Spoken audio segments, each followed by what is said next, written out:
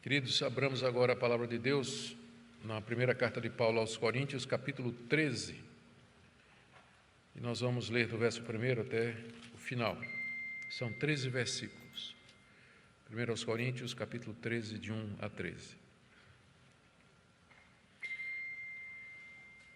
Ainda que eu fale as línguas dos homens e dos anjos, se não tiver amor, serei como bronze que soa ou como símbolo que retine.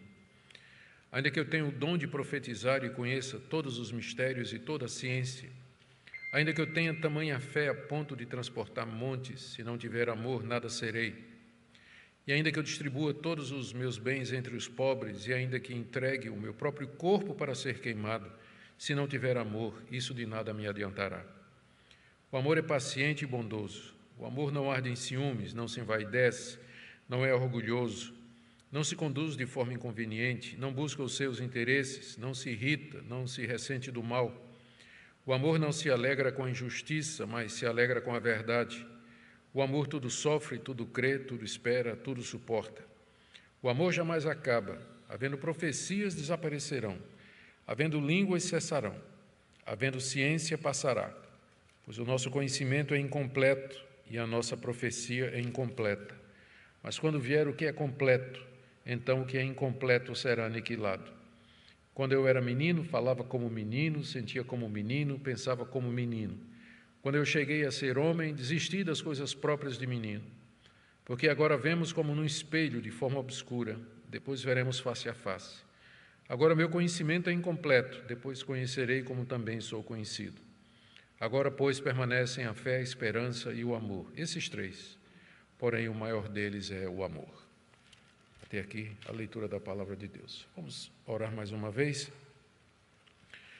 Deus, diante dessa passagem tão conhecida, tão sublime e importante da Tua palavra, nós pedimos a direção do Teu Espírito Santo, não somente para que eu possa explicá-la da forma correta, de maneira fiel, mas também para que todos nós possamos compreender o seu significado e sua aplicação para nós hoje.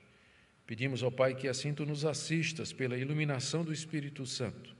Em nome de Jesus. Amém.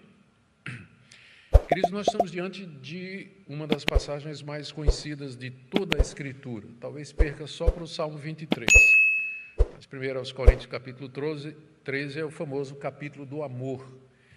É o capítulo que é lido, que é celebrado em festas de casamento, festa de noivado ou qualquer outra ocasião em que o amor vai ser o centro das atenções.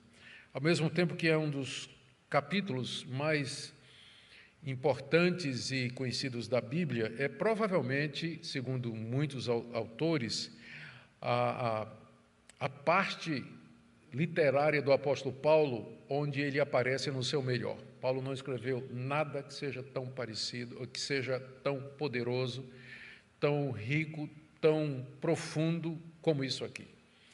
Por exemplo, essa é a opinião do famoso Adolfo Harnack, um teólogo alemão do século passado, especialista em Bíblia, que na introdução a 1 aos Coríntios, e quando chega aqui no capítulo 13, ele faz essa declaração, que para ele, Paulo não escreveu nada que fosse mais profundo, bem feito e harmonioso e maravilhoso como essa passagem de 1 aos Coríntios, capítulo 13. E quer concordemos ou não, de fato o capítulo é impressionante. De fato é. Apesar dele ser o que é, poucas passagens da Bíblia são tão mal compreendidas como essa passagem aqui. Como eu disse, eu tenho quase certeza que você já ouviu alguém pregar nessa passagem aqui em casamentos e em alguma daquelas outras ocasiões, Dia dos Namorados e tudo mais. Não tem nada a ver com casamento. Não tem nada a ver com o Dia dos Namorados. Não tem nada a ver com amor conjugal. Nada, absolutamente nada, nada, nada. Esse capítulo 13 está colocado no meio do tratamento que o apóstolo Paulo está dando aos dons espirituais na igreja de Corinto. O que ele está fazendo é dizer que existe um caminho mais excelente para a igreja de Corinto do que a busca de dons espirituais, que é o amor. O amor seria a solução para todos os problemas dessa igreja complicada, essa igreja cheia de dificuldades, conforme a gente vem acompanhando desde o capítulo 1. Então, é nesse contexto que nós temos que entender esse capítulo. Ele é uma espécie de parênteses. Veja como terminou o capítulo 12. Final do capítulo 12, o apóstolo Paulo diz no verso 31, conforme vimos segunda-feira passada: entretanto, procurem com zelo os melhores dons, e eu passo a mostrar-lhes um caminho mais excelente. Ele terminou dizendo isso: procurem com zelo os melhores dons. E aí ele vai mostrar um caminho mais excelente. E aí ele volta ao assunto de buscar os melhores dons no capítulo 14, verso 1. Sigam o amor e procurem com zelo os dons espirituais. Então você percebe que o capítulo 13 é uma espécie de parênteses. Ele está falando a respeito da busca dos melhores dons, faz um parênteses para dizer que o melhor, na verdade, é o amor, e aí ele retoma a questão da busca dos dons espirituais no capítulo 14, que nós deveremos começar, se Deus quiser, na próxima segunda-feira. Então é isso que é o capítulo 13. Ele é o caminho de Deus para uma igreja problemática. Ele é superior aos dons espirituais no que diz respeito a sarar as feridas de uma igreja traumatizada. Ele permanece por toda a eternidade, enquanto que os dons haverão de passar, e, portanto, deveria ser o foco da igreja de Corinto, em vez de ficar procurando dons espirituais, particularmente línguas e profecia, como eles estavam fazendo. Então, meu projeto para hoje à noite é dividir o capítulo nas suas 3 partes naturais. Primeiro, só o amor é que conta, do verso 1 até o verso 3. Segundo, o amor sempre triunfa, do verso 4 até o verso 7. E depois, só o amor permanece para sempre, do verso 8 até o verso 13. E depois, algumas aplicações para nós. Que o nosso Deus nos conduza nesse capítulo tão rico e tão importante. Em primeiro lugar, só o amor é que conta, do verso 1 até o verso 3. Ainda que eu fale as línguas dos homens, dos anjos, se não tiver amor, serei como o bronze que soa, como o símbolo que retine. Ainda que eu tenha um dom de profetizar e conheça todos os mistérios e toda a ciência, ainda que eu tenha tamanha fé a ponto de transportar montes, se não tiver amor, nada serei. Ainda que eu distribua todos os meus bens entre os pobres, e ainda que eu entregue o meu próprio corpo para ser queimado, se não tiver amor, isso de nada me adiantará. Primeira coisa que eu queria chamar a sua atenção é para a estrutura da passagem. O que Paulo está fazendo aqui é usando um recurso literário chamado de hipérbole. Hipérbole é quando você exagera uma coisa para mostrar o valor dela.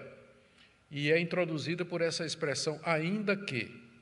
Então, quando ele diz assim, ainda que eu fale as línguas dos homens, ele não está dizendo que é possível ele falar em todos os idiomas humanos. Ele está dizendo que ainda que ele falasse, ainda assim, sem amor, isso não valeria nada. A mesma coisa com relação à língua dos anjos.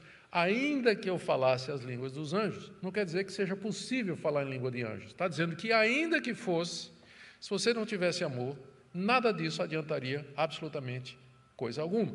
E a mesma coisa no verso seguinte, no verso 2. Ainda que eu tenha o dom de profetizar e conheça todos os mistérios. Ainda que eu fosse um profeta que conhecesse todos os mistérios de Deus, não existe. É impossível ter isso. Mas ainda que tivesse um profeta que conhecesse todos os mistérios de Deus, se ele não tivesse amor, nada disso seria. Ainda que ele tivesse fé para transportar montes, é impossível. Ninguém nunca transportou monte pela fé. Conhece alguém na história da igreja que transportou monte pela fé? Ainda que fosse possível, você... Não venha com esse negócio de espiritualizar. Não, mas monte aqui é problema, pastor. Não. Quando Jesus falou literalmente isso aqui. Então, nunca teve ninguém na história da igreja que fizesse terraplanagem pela fé. Mas ainda que tivesse, se essa pessoa não tivesse amor, de nada adiantaria. De nada adiantaria. Então, eu estou primeiro explicando a estrutura da passagem. É uma hipérbole, tá? Para que a gente entenda correto. Para que você tenha ideia, para que você tenha outros exemplos, para não pensar que é só aqui que Paulo está fazendo isso, eu peguei aqui na mesma carta aos Coríntios, no capítulo 4, verso 15, Paulo disse assim: porque ainda que vocês tivessem milhares de instrutores em Cristo, não teriam muitos pais, pois eu gerei vocês em Cristo pelo Evangelho. Ainda que vocês tivessem milhares de mestres, ainda assim eu seria o pai espiritual de vocês. É claro que os coríntios não tinham milhares de mestres, nem poderiam ter milhares de mestres, mas ainda que eles tivessem, o apóstolo Paulo ainda continuaria a ser o pai espiritual deles. Ou em Romanos, capítulo 9, verso 27, citando o profeta Isaías, Paulo diz assim: ainda que o número dos filhos de Israel seja como a areia do mar, o remanescente é que será salvo. É claro que por mais numerosa que a nação de Israel seja, nunca vai ter tantos israelitas ou judeus em toda a sua história que chegue perto do número de grãos de areia que tem na beira-mar. Mas Paulo está dizendo que ainda que isso acontecesse, só o remanescente, só os eleitos de entre a nação de Israel seriam salvos. Então, isso é uma hipérbole. É exagerar uma coisa para que você possa jogar em relevo o valor de outra, tá? Entender o valor de outra. E o ponto do apóstolo Paulo aqui é mostrar o valor do amor. O amor é muito mais importante e necessário e útil para aquela igreja do que os dons espirituais. Então, ele usa desse recurso aqui. Por que eu enfatizei isso? Eu enfatizei isso aqui porque essa passagem, ela nos esclarece a respeito de algumas questões que têm a ver com dons espirituais. Primeiro, a natureza dos dons espirituais, particularmente aqui no que diz respeito às línguas. No verso 1, ainda que eu fale as línguas dos homens, é claro que o apóstolo Paulo está se referindo ao dom de línguas. E ao se referir ao dom de línguas como, ainda que eu fale as línguas dos homens, está evidente que Paulo tem em mente que o dom de línguas é dom de falar idiomas humanos. São as línguas dos homens. São idiomas que as pessoas falam entre si. São as linguagens que são comuns entre os povos. Ele não está falando aqui de uma linguagem espiritual que não faz o menor sentido em nenhum país ou em nenhum lugar do mundo, que é geralmente o sentido que as pessoas querem dar às línguas, não é? Chama de glossolalia, e que é um som, uma coleção de sons confusos que não seguem nenhuma regra, não tem uma gramática, não significa nada em nenhum país, em nenhum lugar do mundo. Não é esse o dom de línguas no Novo Testamento. O dom de línguas no Novo Testamento é as línguas dos homens, como lá no livro de Atos, capítulo 2, quando o Espírito Santo desceu no dia de Pentecostes e os apóstolos e os que estavam com eles começaram a falar em idiomas humanos, a ponto de que a multidão composta de gente de vários países e diferentes nacionalidades e dialetos, eles entenderam na sua própria língua. Não adianta querer dizer, mas foi o Espírito Santo que fez um milagre no ouvido deles. Mas o Espírito Santo tinha descido, era sobre os apóstolos, não tinha descido sobre eles ainda. O milagre foi nos apóstolos, foi na boca dos apóstolos e não no ouvido da multidão. Foi na boca dos apóstolos e não no ouvido das multidões. Então, se é a mesma coisa, a não ser que a gente vai querer dizer que tenha dois dons de língua, dois tipos. Um, Atos 2, e o outro que era falado em Corinto. Mas passagens como essa daqui, em 1 Coríntios capítulo 3, nos levam na direção de que é o mesmo e o único dom. Línguas dos homens. Ainda que eu falasse nas línguas dos homens. O que Paulo quer dizer? Ainda que eu tivesse o dom de línguas em tal intensidade que eu fosse capaz de falar em todos os idiomas humanos, ainda assim, sem amor, isso não significaria nada. E aí você chega no restante da frase. Ainda que eu fale as línguas dos homens e dos anjos. Você vê que o dos anjos aí é colocado mais no final, como se ele quisesse aumentar ainda a hipérbole ou exagero. Como se dissesse, ainda que eu tivesse o dom de línguas tão intenso que eu fosse capaz de falar em todos os idiomas humanos, não, mais ainda que eu fosse capaz de falar até na língua dos anjos. Ele não está dizendo que isso é possível. Ele está dizendo que, ainda que fosse, o amor ainda seria mais importante. Ainda que fosse. Então, nós não podemos usar essa passagem para dizer que o dom de línguas é o idioma dos anjos. Primeiro porque está no plural, e que a gente saiba, línguas é o resultado de Babel, só tinha uma língua. Teve o pecado da raça humana, Deus castigou e transformou em línguas, que a gente sabe, não teve Babel entre os anjos. Então, se os anjos falam em algum idioma, devem falar, deve ser um idioma, né? Deve ser um idioma, que a gente não tem conhecimento. Aliás, toda vez que os anjos se manifestaram, eles falaram na língua das pessoas. Quando eles se manifestaram entre os judeus, eles falaram na língua que os judeus entendiam. Quando eles se manifestaram aos apóstolos, eles falaram numa língua que os apóstolos entendiam. Eu estou talvez enfatizando isso aqui demais, mas é preciso ouvir o contraditório, né? Porque a gente está acostumado a ouvir o outro lado apenas, mas eu quero dizer que existem bons argumentos na Bíblia que nos levam a entender que o genuíno dom de línguas concedido no período apostólico era esse milagre que o Espírito Santo capacitava as pessoas a falar em idiomas que nunca haviam falado antes. Nunca haviam falado antes. Mesmo Paulo diz aqui no verso 1 que ainda que ele tivesse esse dom de línguas nessa intensidade toda, ele diz aí no final, se não tivesse amor, eu seria como o bronze que soa ou como o símbolo que retine. Exatamente que instrumentos musicais Paulo está se referindo aqui, a gente não tem muita certeza.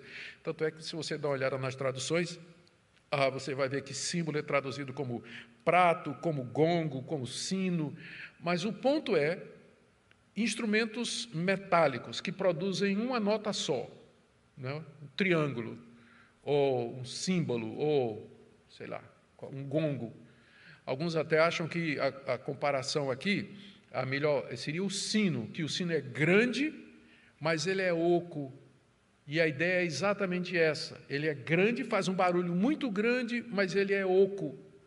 Por isso que ele faz barulho, muito barulho.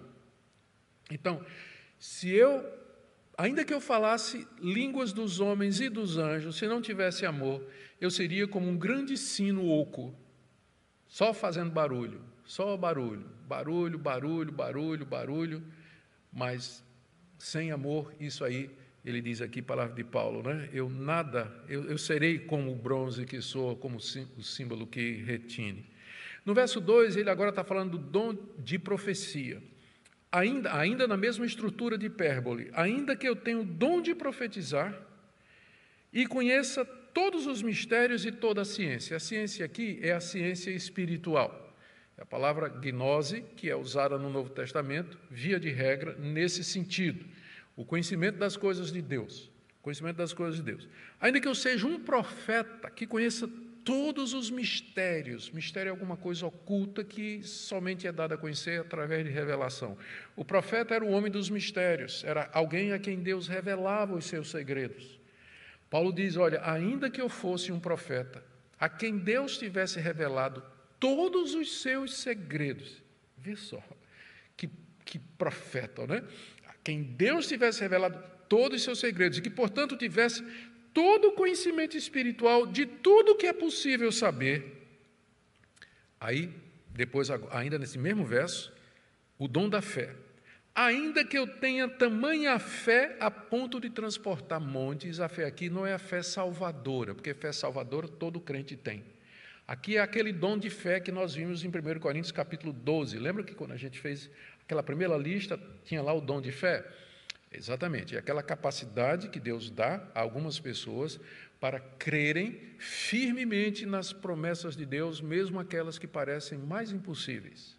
Então, esse dom da fé é dado por Deus quando Ele quer usar uma pessoa em oração, e uma pessoa que tem um ministério de intercessão, geralmente Deus dá o dom da fé para essa pessoa. Paulo aqui está dizendo, ainda que Deus tivesse me dado o dom da fé, numa intensidade tão grande que eu pudesse transportar montes, Paulo aqui está se referindo àquela promessa de Jesus, que está lá em Mateus 17, verso 20, e Mateus 21, verso 21, de que se vocês tiverem fé como um grão de mostarda, vocês dirão a esse monte, lança-te daqui ao mar, e ele se lançará. E Jesus disse isso. Paulo está dizendo, ainda que Deus me desse uma fé como essa, capaz de mover montanhas, e nós já vimos que isso é uma hipérbole, porque ninguém nunca fez isso, pelo menos a gente não é do conhecimento dos historiadores, me acredite, eu sou professor de teologia há muitos anos, já li muito livro de história da igreja, do cristianismo em muitos países, o período da patrística, o período medieval, sempre houve gente de muita fé, de muita confiança, mas nunca se soube de alguém que movesse uma montanha pela fé. Nunca, nem os próprios apóstolos. Mas ainda que eu pudesse fazer isso, o apóstolo Paulo diz aqui, se não tivesse amor, nada seria. Ou seja, não seria nada. Nada. Eu posso ser o maior profeta e o homem da maior fé, mas na verdade nada seria se eu não tivesse amor.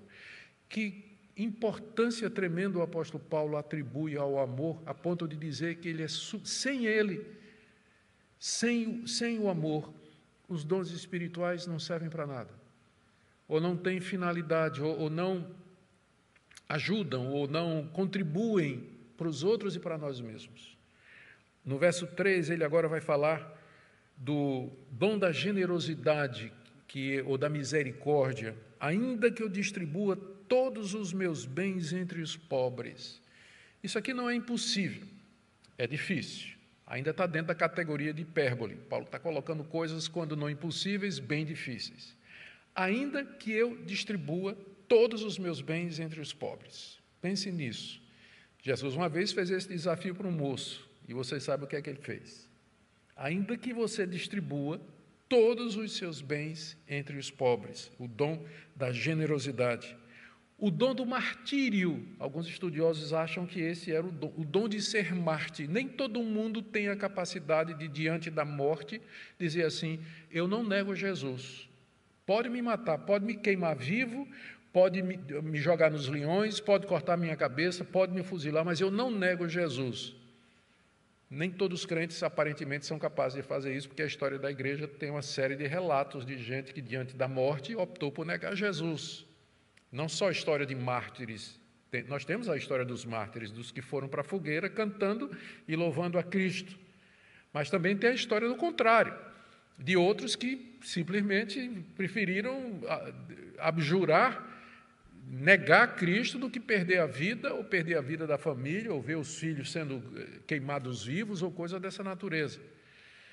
Então, por isso, alguns estudiosos acham que isso é uma graça de Deus, o morrer como mártir. Ainda que você tenha essa graça, diz o apóstolo Paulo, ainda que você entregue o seu próprio corpo para ser queimado, se pressupõe por amor a Cristo, ou em nome de Cristo. Se não tiver amor, o que pressupõe que você pode dar tudo o que você tem aos pobres e não ter amor, ou que você pode dizer: eu vou morrer por causa de Cristo, e não ser por amor genuíno. Já pensou nisso? Você pode ser capaz de fazer o que parece atos religiosos, atos de grande importância ou de renúncia pessoal, e não ser pelo motivo certo. Se você não tiver amor, Paulo diz aqui, de nada adianta. De nada adianta. Não adiantou absolutamente nada isso aqui. Queridos, não é à toa que as pessoas dizem que nós estamos diante de um dos capítulos mais importantes de toda a Bíblia, né? Os comentaristas dizem, não é sem razão, porque as verdades que estão sendo colocadas aqui nos empurram contra a parede. E elas demandam de nós um exame de coração, de mente, exame da nossa vida, e também, particularmente, sobre essa questão dos dons espirituais. Para você ver como a gente inverte as coisas. Como eu já disse, estou muitos anos no caminho do Evangelho, pregando em muitos lugares, já tive muitos cultos de igrejas de praticamente todas as denominações. Já vi testemunho, já vi pregação, já vi de tudo, todo tipo de liturgia que você imaginar. Eu sempre vi gente se apresentando e dando testemunho para contar, assim, alguma coisa do tipo de uma cura, uma visão que teve, de contar o que é que Deus falou para ela, de profetizar alguma coisa, e o pessoal gostar, aplaudir e achar maravilhoso. Mas eu nunca vi o pastor chamar à frente um casal ou uma pessoa e dizer assim: olha, isso aqui nunca realizou milagre, isso aqui nunca curou ninguém, isso aqui nunca subiu até o terceiro céu, mas eu não conheço uma pessoa que ama mais do que ele. Alguém que é cheio de amor. Você já viu testemunho assim? A gente não dá lugar para isso, né? A gente está interessado no sobrenatural, no espetacular, no que chama atenção, naquilo que a gente vai bater palma. Mas aquilo que é mais importante, a gente nem ouve falar. Veja como a igreja moderna inverteu os valores bíblicos. Inverteu, de maneira que a gente gosta do sensacional, do extraordinário, e o amor passa batido. O amor passa batido. Mas esse aqui é o primeiro ponto. Só o amor é que conta. Verso 1 até o verso 3. Vamos agora para a segunda parte. onde o apóstolo Paulo define o que é o amor, porque até aqui ele não disse o que era. Ele falou em amor, está pressupondo que os seus leitores entendem. Mas eu creio que, para não deixar nenhuma dúvida do que é que ele está falando, ele agora explica o que é um amor. E, ao fazer isso, ele faz de uma forma em que deixa claro que o amor sempre triunfa.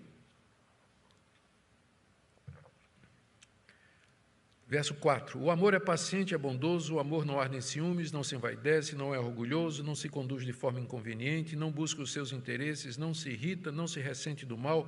O amor não se alegra com a injustiça, mas se alegra com a verdade. O amor tudo sofre, tudo crê, tudo espera, tudo suporta. Mais uma vez, quero começar chamando a atenção para a habilidade de Paulo como escritor. Nós já vimos que ele é capaz de usar figuras ou recursos como a hipérbole que eu mencionei, e aqui ele usa um outro recurso chamado de personificação. Virtudes são abstratas, e às vezes tratar de maneira abstrata determinada virtude, a gente é mais do concreto. Então, Paulo fala do amor como se fosse uma pessoa. O amor não faz isso, o amor não é isso, o amor não procede assim, o amor faz isso. Ele fala do amor como se fosse uma pessoa. A gente chama isso de personificação. Ele personifica o amor, a ponto de que alguns estudiosos acharem que ele aqui está falando de Cristo. Quem é a pessoa que ama dessa forma? Ele estaria falando da pessoa de Jesus Cristo. Eu não chego a ponto de dizer isso. Eu não tenho certeza se poderíamos dizer. Mas que ele está personificando o amor, ele está sim. E ele vai dizer o que é que o amor é, o que é que o amor não faz e o que é que o amor faz, para deixar muito claro o que é que ele quer dizer com amor, devido à importância que ele tem dado ao amor. Mas uma observação aqui que é necessária. Os dons espirituais, você pode ter ou não, determinados dons. Você pode ter uns dons, outros não. Mas o amor, ele não é dom. Eu digo isso porque aqui na minha Bíblia, não sei na sua, mas na minha, o negritozinho famoso, né? O amor é o dom supremo. Tem assim na sua Bíblia, o negrito aí no final do capítulo 12? Para mim é um desserviço, porque dá a ideia de que amor é dom. Dom é uma concessão que Deus dá ou não, mas amor não é dom, amor é fruto. É fruto do Espírito. Todo crente tem que ter. Dom você pode ter ou não, mas o amor você tem que ter. Ele está lá em Gálatas capítulo 5, como sendo inclusive o primeiro daqueles 9 frutos do Espírito que aparece lá. O amor é fruto. O amor é fruto.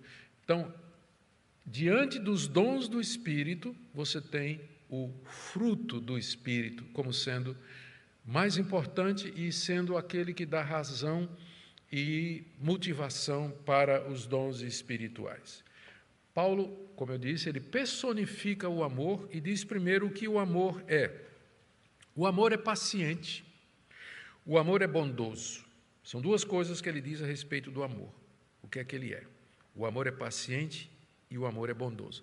Quando a gente dá uma lida nessa lista aqui, ele fala mais de 10 coisas aqui a respeito do amor, não é? O que é que ele é, o que é que não é, o que é que faz, o que é que não faz. A gente poderia dizer mais outras 10 coisas a respeito do amor. A lista é muito grande. Mas por que ele escolheu essas aqui? E a resposta é que Paulo escolheu aquelas características do amor que se adequam à situação da igreja de Corinto. A igreja de Corinto era uma igreja complicada, era uma igreja dividida, era uma igreja com problemas de conflito entre os irmãos. Havia gente processando o outro nos tribunais, havia gente vivendo com a mulher do seu pai, havia grupos que não se falavam porque competiam em termos dos seus líderes. Era uma igreja que estava dividida com relação à liberdade cristã. Na hora do culto era uma bagunça, a ponto de Paulo dizer que a reunião deles causava mais mal do que bem, e não era a ceia do Senhor que eles estavam celebrando. Na hora de exercer os cultos havia uma confusão geral, havia competição, havia concorrência entre eles. Paulo então escolhe aquelas características do amor que resolveriam os problemas da igreja de Corinto. O amor é paciente. Os coríntios precisavam de paciência uns com os outros. Precisavam mesmo, porque eles viviam envolvidos em constantes confusões e contendas. O amor é paciente, o amor é bondoso. Eles precisavam de bondade para se tratar assim, porque tinha gente, inclusive, processando o outro no tribunal, em vez de usar de bondade. O que é que o amor não faz? Está aí a partir do verso 4, final do verso 4. Ele diz: o amor não arde em ciúmes, como aqueles irmãozinhos que ficavam enciumados com aqueles que falavam em línguas e tinham aqueles dons públicos, enquanto que o dom dele era ficar no banco aplaudindo, não é? Encorajando, e quase não aparecia, ardendo em ciúmes, querendo um lugar de proeminência também. Mas o amor, ele não fica com ciúme. Ele vai dizer aqui mais adiante que se alegra com os outros. O amor não arde em ciúmes. O amor não se envaidece como os coríntios. Os coríntios achavam que, inclusive, eram mais espirituais do que o apóstolo Paulo. O amor não se envaidece. O amor não é orgulhoso, cheio de arrogância, a ponto de considerar o apóstolo Paulo como inferior para eles e dizer que eles não precisavam da ministração do apóstolo Paulo. O amor não se conduz de forma inconveniente, como aquele membro da igreja que estava indo para a cama com a mulher do seu pai. O amor não busca os seus interesses, como aquele outro membro que foi aos tribunais buscar os seus interesses financeiros contra outro membro da igreja. O amor não se irrita, não se ressente do mal, não percebe o mal que os outros fazem a si. O amor não se alegra com a injustiça, mas se alegra com a verdade. Tudo sofre, tudo crê, tudo espera, tudo suporta. Paulo escolheu isso aqui porque era exatamente isso que a igreja de Corinto precisava. A igreja de Corinto não precisava de mais dons espirituais. Ela não precisava de manifestações extraordinárias, sinais, prodígios. Era uma igreja carnal, era uma igreja dividida, era uma igreja que vivia fora dos caminhos de Deus, era uma igreja que não tinha disciplina. O que ela precisava era de um batismo, mas um batismo de amor. Ela precisava de um batismo de amor, que o Espírito Santo viesse sobre a igreja e derramasse o amor de Cristo sobre a igreja, para que houvesse reconciliação, para que houvesse arrependimento, para que houvesse quebrantamento, para que houvesse confissão de pecados, para que houvesse restauração de vidas, para que a igreja voltasse a ser uma igreja de fato espiritual. Era isso que a igreja precisava. A igreja de Corinto tinha perdido completamente o foco, o rumo. Era uma igreja que estava olhando na direção errada. Isso pode acontecer com igrejas, isso pode acontecer com indivíduos.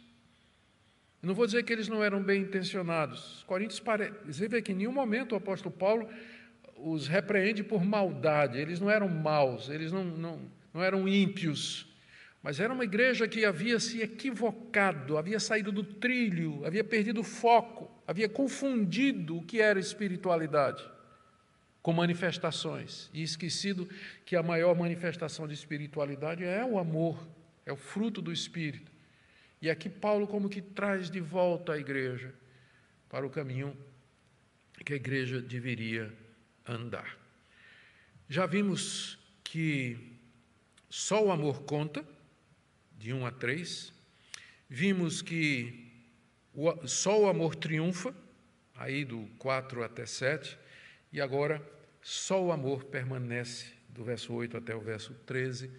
Temos alguns minutinhos, vamos tentar acabar aqui. A partir do verso 8, o amor jamais acaba.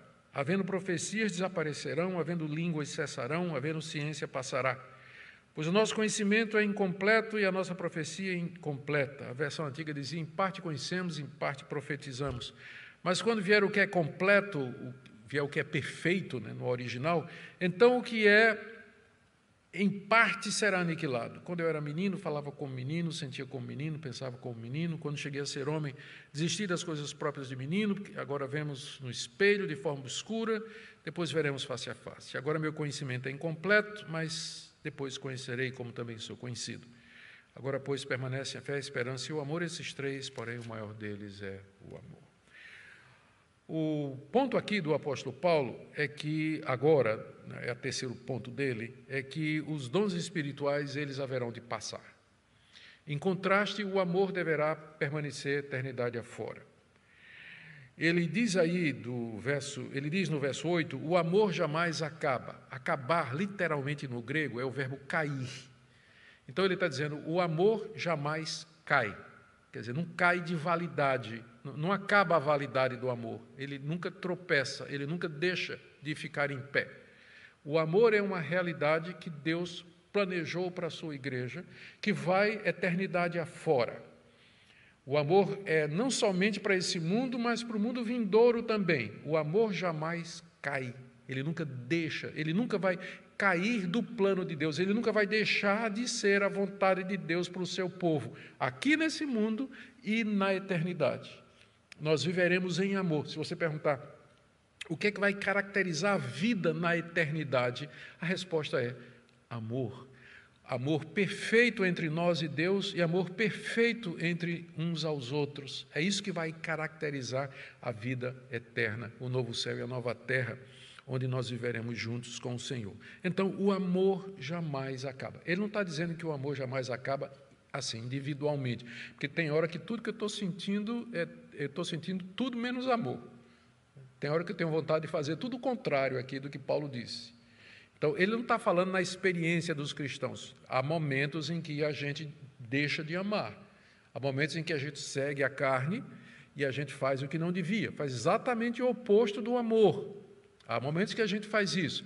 Mas não é nesse sentido que ele está falando aqui. Ele está falando aqui que o amor jamais deixará de ser a vontade de Deus para o seu povo. O modo de existência do povo de Deus sempre será o amor. Em contraste, os dons espirituais, eles são passageiros, eles são temporários, eles têm a ver com essa vida aqui. A melhor figura para isso é uma que Paulo gosta sempre de usar, a de um edifício. Todo mundo já viu um edifício sendo construído. O pessoal, à medida que vai levantando as paredes e as pilastras, e, enfim, andar por andar, coloca andaimes ao redor do prédio. Os andaimes são aquelas armações de madeira, de ferro, em que os homens que vão construindo ficam ali ao redor, em pé, né, vão assentando tijolo, colocando as coisas e, à medida que o prédio vai subindo, os andaimes vão subindo também. Quando o prédio estiver pronto, nós não vamos precisar mais dos andaimes. Os dons espirituais são essas ferramentas, esses andaimes, através dos quais Deus está edificando a sua igreja. Quando a igreja estiver completa, nós não precisaremos mais dos dons espirituais. Nós não precisaremos. Eles são provisórios, eles têm a ver com essa vida aqui. Por que é que isso é importante? Para que, em vez de você ficar focando naquilo que é provisório e temporário, você foque naquilo que é eterno. Que tal, em vez de gastar tempo jejuando e orando e pedindo que Deus lhe dê o dom de curar e o dom de línguas, você gaste tempo jejuando e orando, pedindo que Deus lhe encha de amor, para você amar seu vizinho, amar seu próximo, amar aquelas pessoas chatas que tem na sua vida, na sua escola que você detesta, no seu trabalho que você detesta. É exatamente por isso. Paulo está trazendo a igreja de volta para o foco, que é a busca do amor, que é mais importante do que todos os dons espirituais. Os dons, eles vão acabar quando vier o que é perfeito. Veja como Paulo diz aqui no verso 8. Havendo profecias, elas desaparecerão. Havendo línguas, cessarão. Havendo ciência, passará. Profecias, o dom da profecia. Línguas, o dom de línguas. E ciência pode ser o dom do conhecimento, a palavra da sabedoria, que nós mencionamos já quando estudamos o capítulo 12. Mas são dons espirituais que nos trazem o conhecimento de Deus. Paulo diz que esses dons vão passar. Profecias, elas têm hoje, mas elas vão desaparecer. Línguas têm, mas elas vão cessar. O dom do conhecimento do mestre, o dom da palavra da sabedoria, tem, um dia vai passar também. Por quê? Qual a consequência disso? O nosso conhecimento é incompleto. O conhecimento que nós temos de Deus, ele é incompleto. Ele é suficiente. O que Deus nos revelou na Bíblia é suficiente para que nós o conheçamos e sejamos salvos, mas não é tudo que existe para se saber fora de Deus, não é tudo que existe para se saber a respeito de Deus, não. Tem coisas que Deus não revelou e também nós não devíamos estar procurando, porque é aí que começam as heresias, quando você começa a querer procurar aquilo que Deus ocultou, aí você começa a inventar coisa, querer preencher lacuna que Deus nunca pretendeu que fosse preenchido. Então, hoje, o nosso conhecimento é incompleto. Eu sei o suficiente para que eu seja salvo dos meus pecados e viva uma vida santa e reta aqui nesse mundo. Esse tanto a Bíblia fala, mas tem muita coisa que a Bíblia não fala. Nosso conhecimento ele é incompleto. Então, o dom de profecia, ainda que tenha profeta que apareça, dizendo que Deus me disse, Deus me falou, por mais que ele fale, por mais que ele diga, sempre vai ser incompleto. Por isso que a Bíblia manda julgar os profetas. E é por isso que a Bíblia diz que a revelação, Deus tendo falado de tantas maneiras aos pais pelos profetas, ultimamente nos falou pelo seu Filho Jesus Cristo, que é a revelação maior e que está aqui. Está aqui. Toda forma de revelação, ela é incompleta. Ela é perfeita, a Bíblia, mas ela não é total. A gente diz que a Bíblia é suficiente, mas ela não é exaustiva. Ela não é exaustiva. Então, havendo ciência, passará, pois o nosso conhecimento é incompleto e a nossa profecia é incompleta. Tá? Mas, aqui é o ponto que é o ponto mais polêmico da passagem. Quando vier o que é completo, no grego é o teleios, na verdade está no neutro, né? Teleion. Quando vier o que é perfeito, então o que é incompleto será aniquilado. O que Paulo está dizendo é que quando o perfeito chegar, os dons que são em parte, eles serão aniquilados.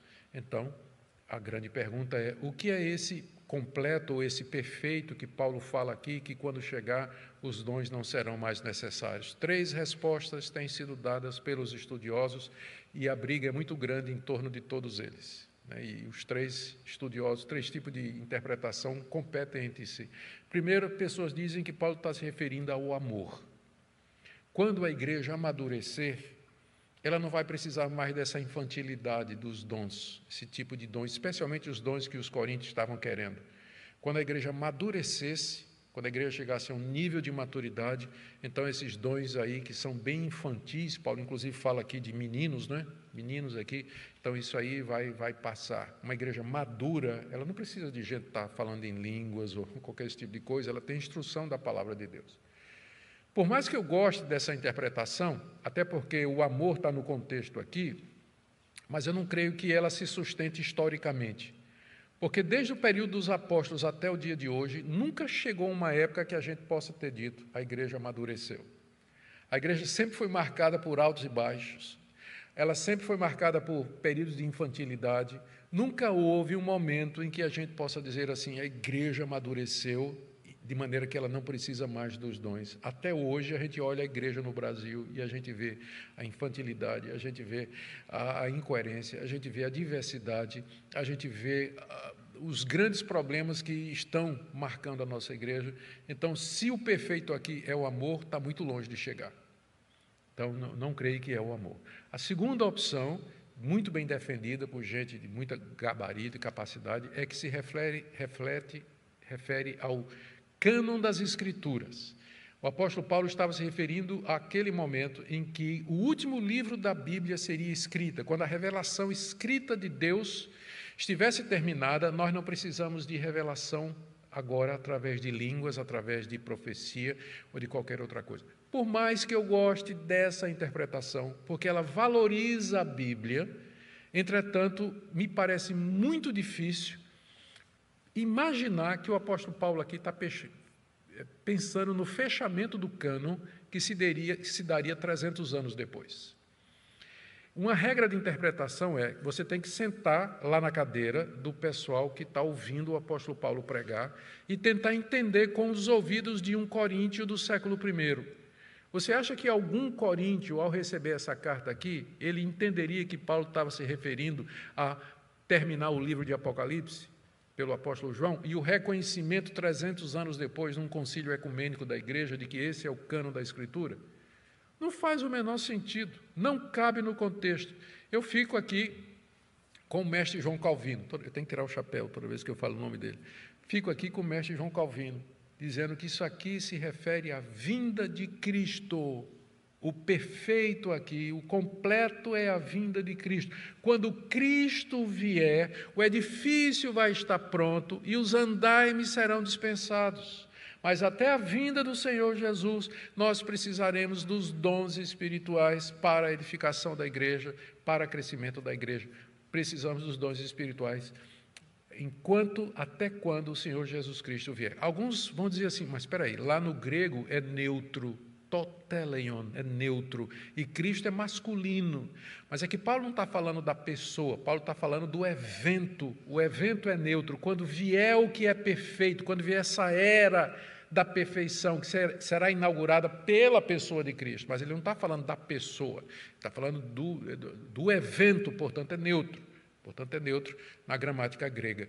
E eu creio que essa é a solução que melhor se encaixa no contexto. E ele usa duas figuras para justificar isso aqui, que são figuras claramente escatológicas. Quando eu era menino, falava como menino, sentia como menino, pensava como menino. Quando cheguei a ser homem, desisti das coisas próprias de menino. Está se referindo a esse menino, né, esse período da igreja aqui, entre as duas vindas de Cristo, até a sua maturidade, quando o Senhor vier para buscar a sua igreja, a igreja perfeita, a igreja que ele vai santificar, vai aperfeiçoar com seu sangue. E a mesma coisa no verso 12, agora vemos como no espelho, tem que lembrar o que era um espelho naquela época, né? Senão não faz sentido. Eu tenho um espelho lá em casa, é maravilhoso, eu olho, vejo vejo minha cara feia, minhas rugas, né? Todas as minhas verrugas na cara, né? O dente mal lavado, vejo tudo lá. É um espelho que reflete perfeitamente. Naquela época, o espelho não era assim, era uma superfície de bronze polido, então você não via direito, né? Só então faz sentido. Agora vemos como espelho de forma obscura, era um bronze polido. Depois veremos face a face. Agora meu conhecimento é incompleto, depois conhecerei como também sou conhecido. É claro que ele está falando da vinda de Cristo, quando então nós veremos face a face, conheceremos como somos conhecidos. Agora, eu preciso dizer uma coisa. O fato de que eu acredito que Paulo aqui está se referindo à vinda de Cristo, não quer dizer com isso que nós tenhamos que afirmar que todos os dons mencionados na Bíblia sempre estarão disponíveis para a igreja em todas as épocas. Porque, evidentemente, isso aí não é verdade. Se você der uma olhada na revelação bíblica, você já deu, tenho certeza, já leu sua Bíblia de Gênesis até o final, você vai ver que Deus... Ele é o mesmo Deus, Ele é o mesmo ontem, hoje e eternamente, é o mesmo Deus, mas Ele nem sempre age da mesma maneira. Ele fez coisas no passado que Ele não faz hoje. Ninguém espera, por exemplo, Deus poderia criar mundos, criar terra em um novo universo? Deus pode fazer isso? Pode, mas alguém espera que Deus faça isso? Não. Deus poderia abrir o rio Capibaribe para a igreja presbiteriana marchar domingo de manhã, atravessando o rio Capibaribe de um lado a outro, diante de todo o Recife, extasiado, vendo isso acontecer? Deus pode fazer isso? Alguém aqui espera que Deus vai fazer isso, ou ora para que Deus faça isso? Por quê? Porque é óbvio que Ele não vai fazer. Deus seria capaz de, durante 40 anos, fazer cair pão do céu e alimentar a sua igreja na África? Um povo que está passando fome, Deus poderia abrir o céu e durante 40 anos chover pão do céu para satisfazer os crentes nigerianos que morrem de fome aos milhares. Deus pode fazer isso? Alguém espera que Ele faça? O fato de que Deus parou o sol. Lembra da história? Deus pode parar o sol? Pode. Alguém espera, alguém fica na expectativa de que isso aconteça? É o mesmo Deus. Mas Ele não faz as coisas sempre da mesma maneira. Não confunda a imutabilidade de Deus com a mesmice de Deus. Deus tem imutabilidade, mas não mesmice. Ele age em períodos diferentes, de maneiras distintas. No período do Antigo Testamento, Deus fez grandes sinais e prodígios e maravilhas que Ele nunca repetiu no Novo. E no período de transição, coberto pelo livro de Atos dos Apóstolos, aquele primeiro período, durante o primeiro século, muitas coisas extraordinárias aconteceram que não se repetiram na história da igreja até o dia de hoje, por mais que as pessoas insistam. Por mais que as pessoas insistam. Multiplicação de pães, andar sobre as águas, das coisas, não é, que Cristo fez e que ninguém repetiu na história da igreja. Então, o fato de que Deus é o mesmo não quer dizer que Ele age da mesma maneira todas as vezes. Os dons estarão presentes, mas Deus dá os dons de acordo com a época. de acordo com a necessidade da sua igreja. E, portanto, vamos deixar Deus ser Deus, se é que eu posso falar dessa maneira, e não querer colocá-lo dentro da minha caixinha de como eu acho que ele deveria agir. E deixar que ele haja soberanamente como ele deseja, porque ele é Deus, e ele sabe o que é melhor para nós. Amém?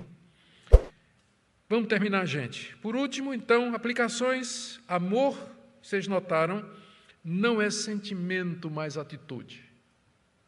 Amor aqui não é sentimento, não. O amor bíblico não é... Pode envolver sentimentos à medida que a gente obedece, à medida que a gente age com amor, pode ser que sentimentos aconteçam, mas o amor não é basicamente sentimento, mas são atitudes, decisões e ações. Segunda aplicação, o critério da verdadeira espiritualidade é o amor cristão. Não os dons, mas o fruto. Terceiro, nosso foco deve ser a busca do pleno amor. Se Deus quiser nos dar dons espirituais, são muito bem-vindos. E, por último, os dons espirituais, por mais excelentes, maravilhosos que sejam, eles são provisórios, incompletos, passageiros e sem amor nada representam. Que Deus nos ajude, queridos, a colocar estas coisas em prática na nossa vida, estarmos abertos para o que Deus quer fazer, mas também não sermos ingênuos e usar a Escritura como critério de todas as coisas. Amém? Vamos ficar em pé, vamos orar e logo depois vamos dar oportunidade para 2 perguntas, porque eu andei mais do que deveria.